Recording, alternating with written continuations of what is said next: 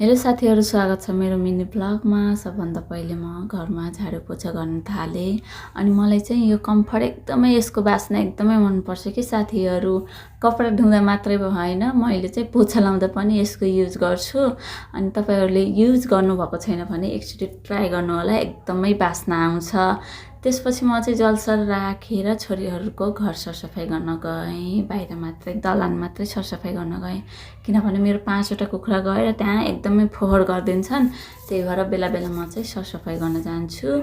अनि अस्तिको हावाहुरीले एकदमै धेरै आँप खसालेको थियो। हाम्रो घरमा त आँप छैन, तर हाम्रो कान्छी सासु आमाले चाहिँ मेरो लागि आँप ल्याइदिनु भएको थियो। अनि मैले चाहिँ आँप काटेर घाममा सुकाउन थालेँ। यो आँप काटिसकेपछि नङ र हातको हालत यस्तो फोहोर भएको थियो नि साथीहरू, घिनलाग्दो भएको थियो।